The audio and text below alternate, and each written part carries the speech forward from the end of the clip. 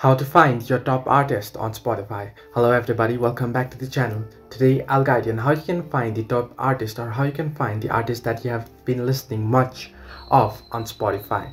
Now, unfortunately, there is no any option like this on your Spotify application itself. However, what you can do is you can head into your browser on your desktop or on your phone, and you head into this web page statsforspotify.com. Simply head into your browser and on the search bar searching for statsforspotify.com that you can see on screen, and you'll be headed into this page here. You can see stats for Spotify.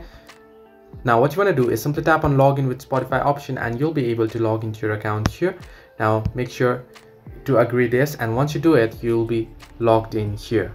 Now once you're logged in, what you want to do is you can see the top tracks option, top artist option, top genres option. Simply tap on top artist option and you'll find the very top artist that you have been listening to. Now since here I haven't heard enough music to calculate any favorites from this my new account, so it's asking me to try another time.